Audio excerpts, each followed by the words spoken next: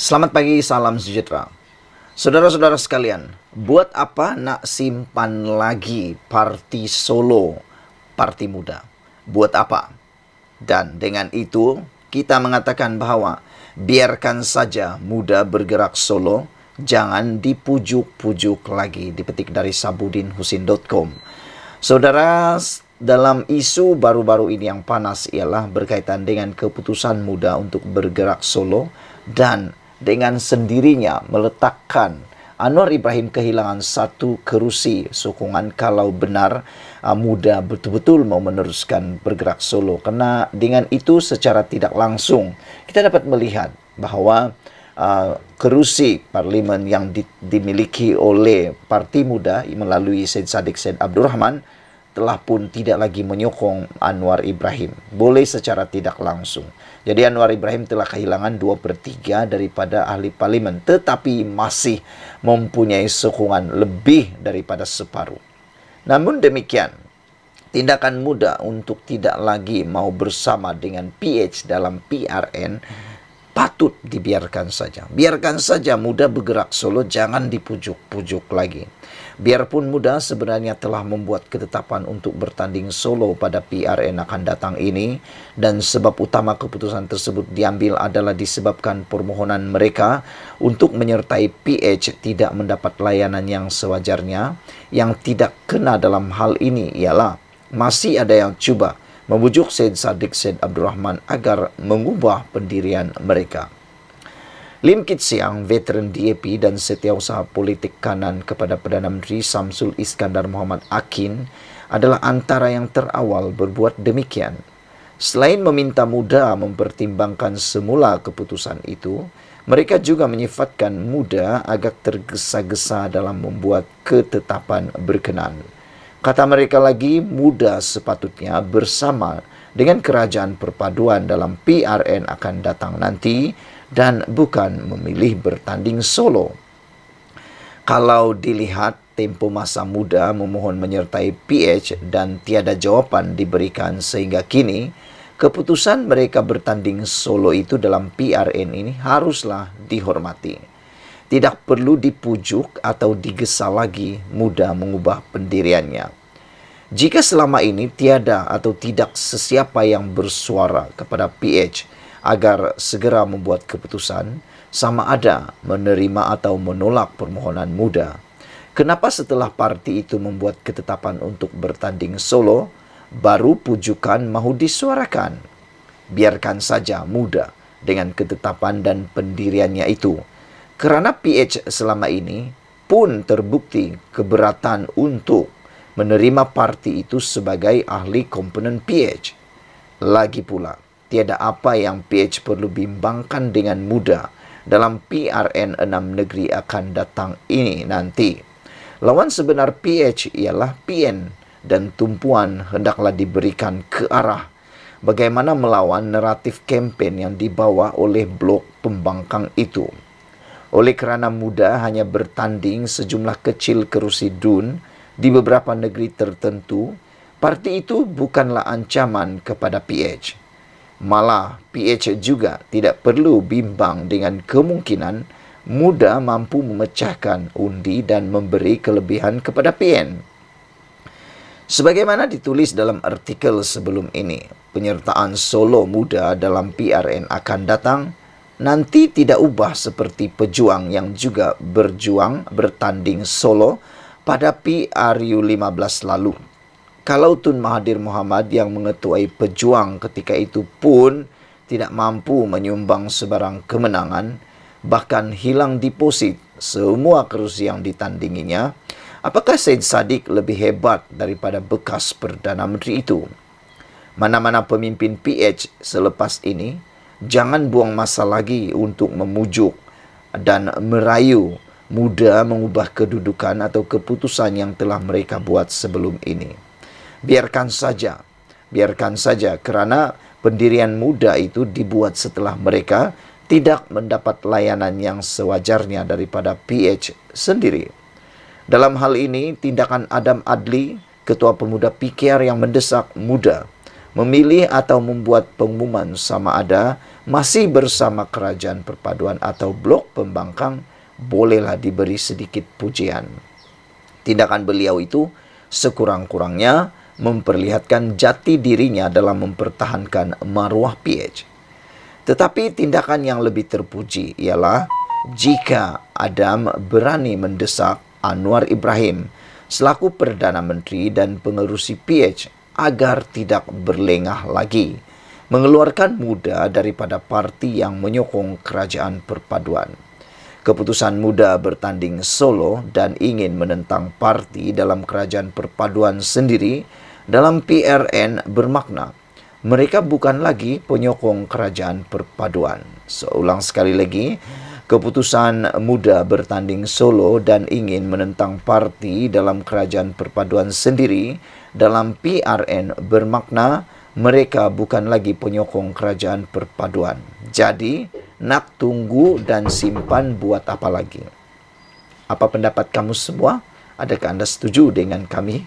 Malaysia kita punya, kita jaga sama-sama cintai Malaysiaku. Bye-bye. Selamat pagi, salam sejahtera. Terima kasih karena bersama dengan saya di Nazilin Unity Channel. Saudara-saudara sekalian, ini satu lagi tamparan hebat untuk Muhyiddin dan juga Mahathir Mohamad di saat PRN yang akan menjelang tidak lama lagi dan kempen sudah bermula.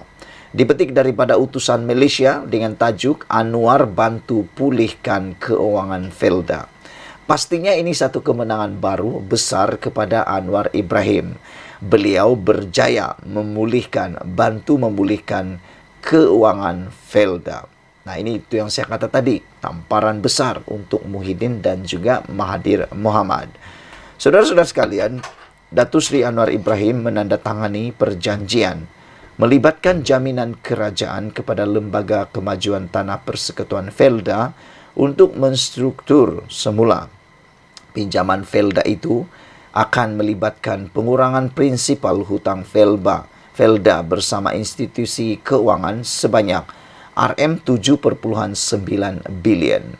Kalau ada orang yang tanya tentang inisiatif atau apa yang Anwar telah lakukan untuk membantu rakyat, khususnya peneroka Felda, ini jawaban dia. Anwar Ibrahim telah pun membantu memulihkan keuangan Felda dengan cara beliau telah pun menandatangani perjanjian melibatkan jaminan kerajaan kepada Lembaga Kemajuan Tanah Persekutuan Felda itu untuk menstruktur semula pinjaman agensi tersebut melalui terbitan sukuk dan kredit pusingan di dalam usaha memulihkan kedudukan keuangan. Perdana Menteri merangkap Menteri Keuangan berkata langkah itu dijangka dapat menstabilkan kedudukan keuangan Felda serta menjamin model perniagaan yang lebih mampan supaya terus berupaya mengangkat mobiliti sosial warga peneroka dan generasi baharu. Dalam pada itu, Kementerian Keuangan menjelaskan sebahagian besar penstrukturan semula pinjaman Felda itu akan melibatkan pengurangan prinsipal hutang Felda bersama institusi keuangan sebanyak RM7.9 bilion. Saudara-saudara sekalian, ada satu pepatah orang muda pada waktu ini yang agak top trending, yaitu kata mereka, orang lain yang rosakkan, orang lain yang baiki, orang lain yang sakau, orang lain yang sengsara.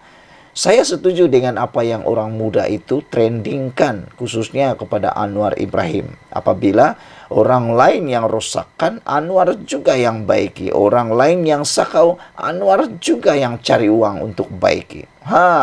Bayangkan saudara-saudara. Betul tidak? Betul kan?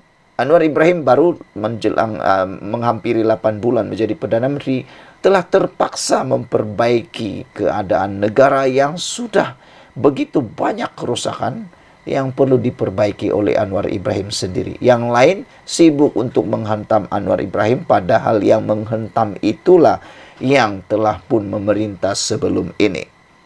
Dalam pada itu, Kementerian Keuangan menjelaskan sebagian besar penstrukturan semula pinjaman Felda itu akan melibatkan pengurangan prinsipal hutang Felda. Ia juga akan mengurangkan kos keuangan Felda terhadap kadar faedah yang dikenakan serta membolehkan Felda memberikan pemansuhan 80% hutang Peneroka berjumlah RM8.3 bilion yang dilaksanakan pada tahun 2021, kata Kementerian Keuangan menerusi satu kenyataan hari ini.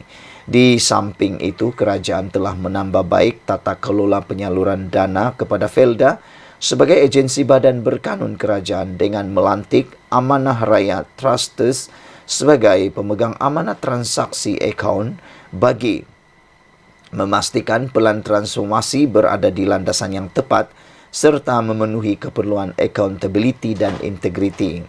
Pada masa yang sama, kerajaan telah bersetuju memberi jaminan kerajaan kepada Felda pada 2019 bagi membolehkan agensi tersebut melaksanakan pelan pemulihannya di bawah program transformasi Felda yang telah bermula pada tahun 2020 untuk tempoh 5 tahun. Sekian dulu untuk kali ini. Jangan lupa tinggalkan komen anda. Sila tekan butang subscribe. Adakah anda juga bersetuju bahawa dengan isu ini Anwar Ibrahim telah berjaya mengalahkan semua orang yang cuba memperkotak-katikkan kehebatan beliau menguruskan ekonomi? Dan trending, kata-kata orang muda, orang lain yang rosakkan, orang lain yang baiki, orang lain yang sakau, orang lain yang bayar hutang. Itu kena kepada tepatlah untuk Anwar Ibrahim, iaitu orang lain yang rosakkan dahulu, Anwar juga yang baiki, orang lain yang sakau, Anwar juga yang bayar hutang. Malaysia kita punya, kita juga sama-sama cintai Malaysiaku. Bye-bye. Selamat petang, salam sejahtera. Terima kasih kerana menonton channel Nazilin Unity. Selamat menyambut Hari Raya Aidil Adha kepada semua rakan-rakan yang beragama Islam. Hari ini di Malaysia kini kita digemparkan dengan laporan yang luar biasa berkaitan dengan kenyataan Tun Mahathir Mohamad yang paling kontroversi dan paling panas. Saya jamin isu kali ini ialah isu yang paling panas dan kontroversi. Dipetik daripada Malaysia kini, diterbitkan pada 28 Jun 2023. Dengan tajuk Mahathir Putar Cerita. Bukan Melayu mahu tukar nama Melayu. Nama Malaysia. Maafkan saya, Mahathir Putar Cerita, bukan Melayu mahu tukar nama Malaysia. Dalam sidang media yang agak panjang hari ini, berhubung penduduk bukan Melayu, Dr. Mahathir Mohamad mendakwa bahawa mereka mahu menukar nama dan pemilikan Malaysia. Bekas Perdana Menteri itu berulang kali mendakwa terdapat percubaan orang dari negara lain untuk mengubah Malaysia daripada tanah Melayu menjadi negara berbilang kaum. Dia juga mendakwa golongan ini enggan mengiktiraf orang Melayu sebagai pengasas, penduduk tempatan dan pembangun negara. Dan demikianlah angkuhnya mereka yang datang sini. Kita yang dijadikan atau kita yang jadikan mereka warga negara. Tetapi warga negara yang datang ini nak tuntut supaya nama negara kita ditukar dijadikan multiracial country atau negara berbilang kaum. Banyak orang berhijrah daripada satu negara ke negara lain. Apabila mereka pergi ke negara yang lain, mereka terima negara yang lain itu dan pemiliknya, dan mereka meniru hidup seperti orang di negara yang mereka pilih. Tetapi kali ini kita dapati orang yang datang sini, datang ke tanah Melayu, kita sebagai tuan rumah, kita beri hak kepada mereka. Kita sekarang disuruh tukar nama negara kita, kata ahli politik veteran itu pada sidang media di Sepang. Terdahulu, Mahathir membidas sejarah Malaysia dan mendakwa terdapat dua percubaan yang dibuat oleh orang luar untuk mengubah negara. Dia menghuraikan secara panjang lebar mengenai latar belakang sejarah Malaysia dengan tumpuan ketika zaman yang dikenali sebagai Millennium semasa pemerintahan penjajah British. Sebelum saya teruskan ulasan kali ini, saya ulang semula soalan kepada Tun Mahathir Mohamad. Mengapa perkara ini ketika beliau menjadi Perdana Menteri selama 22 tahun campur 22 bulan, tidak pernah pula disedari beliau, tidak pernah pula didedahkan oleh beliau, tidak pernah beliau untuk usahakan. Tapi selepas sudah tidak berkuasa, selepas hilang deposit, selepas tidak mendapat lagi sokongan, selepas tidak lagi memerintah negara ini, yang mana beliau tidak punya apa-apa kuasa lagi dan kapasiti, barulah beliau menyatakan, mendedahkan kononnya penemuan beliau ini yang memang kontroversi dan panas ini. Saya tertanya, itu soalan yang paling dasar. Itu saja soalan yang paling penting perlu dijawab oleh Tun Mahathir. 22 tahun memerintah negara ini, tidak pernah pula cakap tentang perkara ini. Tidak pernah pula cuba untuk mendedahkan perkara ini. Kenapa selepas Anwar Ibrahim menjadi Perdana Menteri, selepas beliau tidak lagi menjadi Perdana Menteri, dan paling penting, Pakatan Harapan menjadi kerajaan dan Anwar Ibrahim menjadi Perdana Menteri, yang mana Mahathir Mohamad kata tidak akan jadi Perdana Menteri tapi akhirnya menjadi Perdana Menteri, barulah Mahathir tiba-tiba menyatakan pula pendedahan luar biasa ini. Itu yang perlu kita jawab. Ada komen Amanda? Apa pendapat kamu? Tinggalkan komen Anda. Mahathir kemudian menyentuh tentang era pasca kemerdekaan semasa mendiang Perdana Menteri Singapura Lee Kuan Yew, yang adalah ketua pembangkang ketika itu, menentang kerajaan Malaysia dengan menganjurkan konsep Malaysian Malaysia. Itu yang saya kata sebelum ini. Kenapa Mahathir Mohamad ketika berkuasa pada waktu itu tidak melakukan apa-apa atau mendedahkan perkara ini? Karena kalau Anda kata tidak perlu mengulas tentang 22 tahun yang pernah Mahathir menjadi Perdana Menteri, kenapa Mahathir pula mengulas atau mengungkit sejarah era pasca kemerdekaan kita? Pada tahun 1960-an, istilah Malaysia diangkat sebagai slogan Perhimpunan Konvensyen Solidariti Malaysia untuk memperjuangkan wawasan negara yang lebih egalitarian, mengatasi perpecahan etnik, dan mempromosikan hak sama rata untuk semua rakyat tanpa mengira kaum atau etnik. Ia bertujuan untuk mencabar penekanan yang lazim terhadap etnik Melayu dan keistimewaan khas untuk orang Melayu, seperti yang termaktub dalam dasar tindakan afirmatif Perlembagaan Persekutuan. Mahathir berkata, kita bernasib baik dalam pilihan raya tahun 1964, cadangan Kuan Yew itu ditolak. Cuma seorang saja yang menang, yang lain semua kalah, kata Tun Mahathir lagi. Dan itu kita berjaya tolak. Satu lagi percobaan untuk menjadikan tanah Melayu ini sebagai negara berbilang kaum, bukan lagi milik orang Melayu. Akan ada hak sama rata untuk semua rakyat, kata Mahathir lagi. Mahathir juga mendakwa setiap kali orang Melayu bercakap tentang perjuangan bangsa, mereka turut atau terus dihentikan dan dilabel sebagai resis. Saya hairan di negara kita tak boleh bercakap berkenaan tentang bangsa kita, kata Mahathir. Oh, itu resis. Orang Melayu resis kalau cakap pasal Melayu, kata beliau. Sebelum ini, bekas ahli Parlimen Langkawi itu disiasat mengikut Seksyen 124B Kanun Keseksaan kerana didakwa terlibat dalam aktiviti yang disifatkan memudaratkan demokrasi berparlimen berhubung perkara berkaitan proklamasi rakyat Melayu yang diterajuinya itu. Selain itu, dia juga disiasat berhubung kenyataannya yang didakwa mengandungi unsur penghinaan terhadap institusi diraja apabila menyebut bahawa orang Melayu tidak boleh bergantung kepada raja-raja Melayu untuk melindungi mereka. Saudara-saudara sekalian, ini pendedahan Tun Mahathir Mohamad yang saya sudah anggap sebagai satu kontroversi dan amat panas sekali. Namun demikian, kita hanya boleh kembali kepada satu persoalan utama. Apa sebenarnya yang Tun Mahathir mahu untuk negara ini pada waktu ini? Karena acuan Malaysia ini sebenarnya lebih banyak ditentukan oleh kepimpinan beliau sejak dahulu, yaitu 22 tahun menjadi Perdana Menteri. Jangan kita lupa, Mahathir pernah mentadbir negara ini mengikut acuan beliau 22 tahun campur 22 bulan. Apa yang berlaku kepada Malaysia saat ini sedikit sebanyak ada dipengaruhi oleh style ataupun cara kepimpinan, corak kepimpinan, dasar kepimpinan Tun Mahathir pada waktu itu.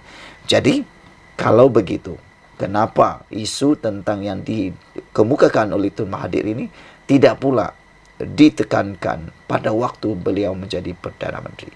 Sekian dulu untuk kali ini. Jangan lupa tinggalkan komen Anda, tekan butang subscribe. Malaysia kita punya, kita jaga sama-sama. Cintai Malaysiaku. Bye-bye. Bila Tun Mahathir dan juga Muhyiddin akan berjumpa? Adakah perjumpaan itu hanya satu pembohongan semata-mata, atau teknik mengelirukan lawan, atau semata-mata hanya mau mendapatkan sokongan, atau semata-mata mahu memperlihatkan kononnya dua seteru utama moden ini sudah bersatu semula? Adakah itu hanya satu sandiwara drama politik semata-mata? Saudara-saudara sekalian, persoalan besar ialah bila Muhyiddin dan Mahathir nak jumpa. Semalam, pengerusi Perikatan Nasional PN Tan Sri Muhyiddin Yassin memaklumkan beliau akan bertemu Tun Dr. Mahathir Mohamad dalam masa terdekat. Persoalannya, masa terdekat itu bila? Adakah sebelum berlaku pilihan raya negeri ataupun selepas berlaku pilihan raya negeri? Kalau dah berlaku selepas pilihan raya negeri, itu semua sudah useless, tiada guna lagi. Tapi kalau ianya berlaku sebelum pilihan raya negeri, mungkin ada cerita. Kenyataan Perdana Menteri ke-8 itu menyusul selepas Dr. Mahathir pada awal bulan ini menjelaskan beliau sedia bekerjasama dengan Muhyiddin sekali lagi. 3 tahun selepas hubungan mereka renggang, susulan langkah Sheraton. Mahathir sekali lagi mahu bekerjasama dengan Muhyiddin. Menjadi persoalan saya sekali lagi ialah di mana sebenarnya Mahathir punya prinsip dan kedudukan. Sebenarnya beliau ini apa prinsipnya? Nak mau bekerjasama dengan orang mengikut keadaankah atau ada prinsip yang kukuh? Saya secara peribadi dapat melihat Tun Mahathir Mohamad seperti flip-flop. Kadang ini, kadang itu. Kadang ini, kadang itu. Karena pada Oktober tahun 2022, 31 Oktober tahun 2022, Mahathir pernah menyelar Muhyiddin dengan mengatakan bahawa Muhyiddin yang pecat dia, tetapi pemimpin bersatu lain yang tidak setuju dengan langkah Sheraton. Mahathir juga mengatakan bahawa beliau kata Muhyiddin telah pun begitu angkuh. Beliau kata siapa yang jadi Perdana Menteri pintu belakang atau tebuk atap? Bukan saya tetapi Muhyiddin, kata Mahathir lagi. Selain daripada itu, Mahathir juga mengatakan bahawa dia sangka Muhyiddin telah pun bertaubat, kesal dengan perbuatannya. Namun, kata Mahathir, rupanya Muhyiddin tetap angkuh dan hanya mahu menjadi Perdana Menteri. Itu daripada Berita Harian pada tahun 2022. Persoalannya hari ini ialah apakah Mahathir dan Muhyiddin akan berjumpa meleraikan masalah itu. Langkah Sheraton pada Februari tahun 2020 menyaksikan pentadbiran Perdana Menteri keempat dan ketujuh yang mengetuai Kerajaan Pakatan Harapan PH ketika itu tumbang dan digantikan Kerajaan PN, pimpinan Muhyiddin dan juga Presiden Bersatu. Pada sidang media hari ini, Dr. Mahathir menjelaskan pertemuan yang dicadangkan dengan Muhyiddin bertujuan menjelaskan tujuan proklamasi Melayu yang digerakkannya. Menurut bekas pengerusi Parti Pejuang Tanah Air Pejuang itu, beliau berkata beliau juga berhasrat menemui Muhyiddin, namun bukan pada hari ini atau esok. Sebelum Hari Raya Haji nak jumpa, susahlah sebab esok sudah raya. Tapi saya nak jumpa dia untuk jelaskan tujuan proklamasi orang Melayu ini, kata Mahathir lagi. Yang menjadi persoalan saya ialah adakah proklamasi orang Melayu ini akan benar-benar disokong oleh Muhyiddin atau siapa yang akan kena kali ini pula? Adakah Mahathir yang kena atau Muhyiddin yang terkena? Ia sokongan kepada Melayu secara keseluruhan kerana kita melihat mereka hilang kawalan sepenuhnya terhadap negara ini dan mereka akan terseksa jika tidak boleh berkata apa-apa untuk negara ini, kata Mahathir dalam sidang media di sini hari ini. Dalam kenyataan awal bulan ini, Dr. Mahathir turut menyatakan kesediaan untuk bekerjasama dengan Muhyiddin pada PRN di 6 negeri dan percaya perkara itu boleh dibincangkan. Dalam reaksi balas, Muhyiddin yang juga ahli Palion Pagoh berkata, beliau sedia bekerja sama dengan Dr. Mahathir demi matlamat memperjuangkan nasib orang Melayu dan orang Islam. Katanya lagi, kesediaan itu juga didorong dengan perkembangan politik mutakhir ini yang meletakkan umat Melayu dan Islam di negara ini di persimpangan getir. Sekian dulu untuk kali ini. Jangan lupa tinggalkan komen Anda, tekan butang subscribe. Malaysia kita punya, kita jaga sama-sama. Cintai Malaysia aku. Bye-bye. Selamat pagi, salam sejahtera. Terima kasih karena bersama dengan saya di Nazilin Unity Channel. Ini satu lagi pendedahan persoalan paling besar yang tak mampu dijawab oleh Mahathir Mohamad dan juga Muhyiddin Yassin. Sebelum kita teruskan ulasan kali ini, jangan lupa tinggalkan komen Anda, tekan butang subscribe. Saudara, Anda wajib menonton video ini karena ianya akan membuka minda dan pemikiran Anda tentang ciri-ciri kepimpinan Tun Mahathir Mohamad dan Muhyiddin yang sekarang ini menjadi perhatian ramai. Saudara-saudara, persoalan besar kepada kita atau kepada Muhyiddin dan juga Mahathir Mohamad ialah bila sebenarnya mereka nak jumpa. Kerana ada pemerhati politik dan juga pengkritik politik mula mengandaikan bahawa perjumpaan Tun Mahathir Mohamad dan perjumpaan dengan Muhyiddin itu sebenarnya retorik semata-mata. Mungkin, kata mereka, tidak akan ada perjumpaan langsung. Mereka kata sampai kiamat pun mungkin Muhyiddin tidak akan berjumpa dengan Mahathir Mohamad dan Mahathir pula hanya akan bermimpi di siang bolong. Bayangkan saja pada 31 Oktober tahun 2022, Mahathir pernah menggelar Muhyiddin ataupun pernah menyatakan dakwaan bahawa Muhyiddin yang pecat dia, pemimpin bersatu lain yang tak setuju langkah Sheraton. Menurut Mahathir Mohamad, pengerusi gerakan Tanah Air GTA Tun Mahathir mendakwa Tan Sri Muhyiddin Yassin yang memecatnya sebagai pengerusi bersatu dan juga beberapa pemimpin bersatu lain yang tidak setuju dengan langkah Sheraton diambil bekas Perdana Menteri itu. Mahathir berkata Muhyiddin yang juga Presiden Bersatu sangat takut kehilangan jawatan Perdana Menteri hingga menyekat Parlimen daripada bersidang dan meminta darurat diisytiharkan. Katanya Muhyiddin seorang yang masih lagi bersikap angkuh dan hanya mahu menjadi Perdana Menteri biarpun beliau sudah jatuh dan dihina UMNO. Muhyiddin cuba menafikan beliau pengkhianat yang terbabit dalam langkah Sheraton dan cuba mengaitkan perkara itu dengan Mahathir.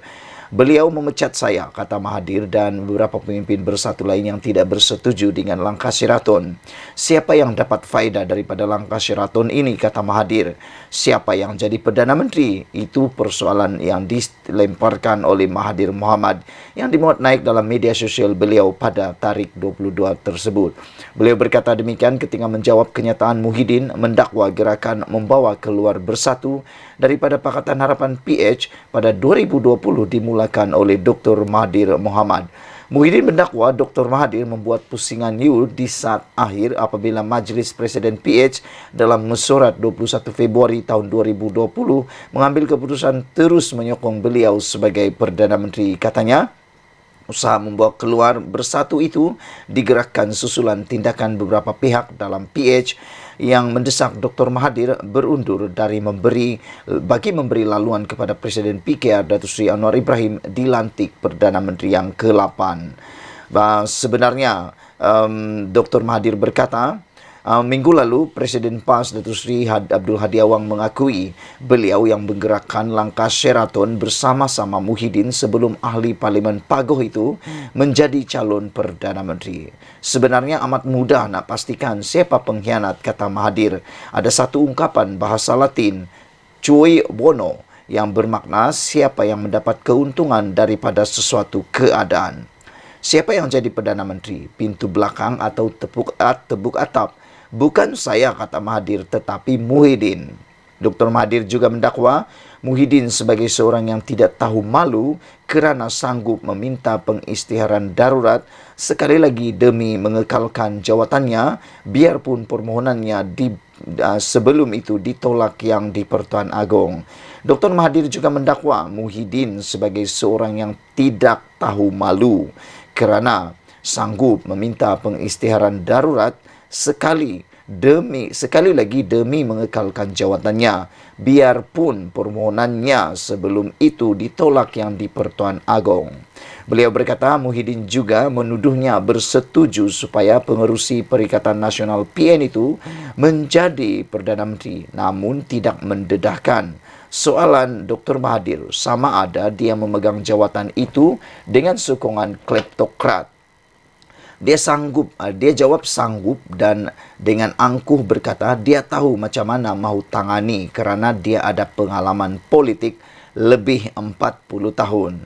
Akhirnya Muhyiddin tersembam selepas cuma 17 bulan menjadi Perdana Menteri selepas dikhianati oleh ahli Parlimen UMNO dan Barisan Nasional BN yang sebelum itu bersama-sama mengkhianati rakyat untuk menubuhkan kerajaan pintu belakang, kata Mahathir lagi.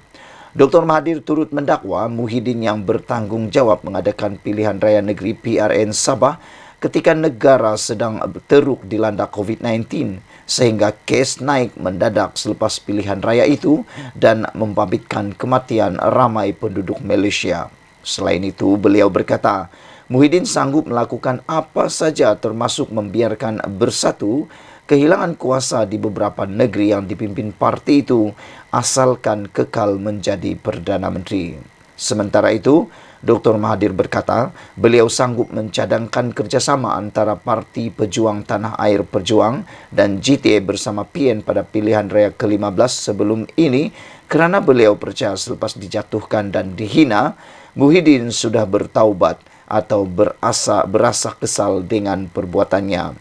Dia hianat saya, tidak mengapa. Saya sangka dia cuba tebus hianatnya kepada Parti Bersatu sehingga hilang beberapa negeri dan rakyat keseluruhannya. Dan kepada rakyat keseluruhannya, rupanya dia tetap angkuh dan hanya mahu menjadi Perdana Menteri, kata Mahathir lagi. Saudara-saudara sekalian, ini dipetik daripada Berita Harian bertarikh Oktober 31 tahun 2022 dengan bertajuk Muhyiddin yang pecat saya, pemimpin Bersatu lain yang tak setuju langkah Sheraton turut dipecat. Ini pendedahan yang luar biasa yang kita nantikan apabila ianya berkaitan dengan perjumpaan yang kononnya akan dibuat bersama Mahathir dan Muhyiddin.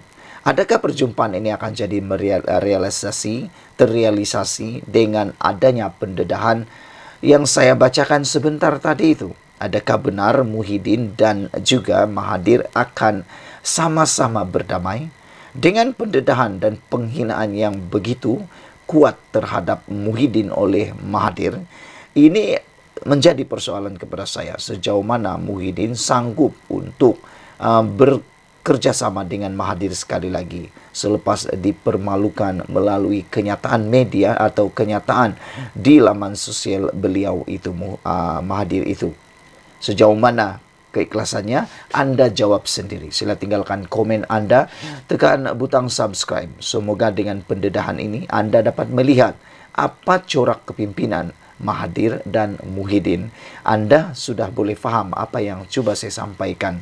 Sebenarnya Mahathir ini corak kepimimpinannya bagaimana, arah pemimpinannya bagaimana, begitu juga dengan Muhyiddin, hanya dengan bersandarkan satu pendedahan yang telah saya bacakan tadi. Sekian dulu Malaysia kita punya, kita juga sama-sama cintai Malaysiaku. Bye-bye.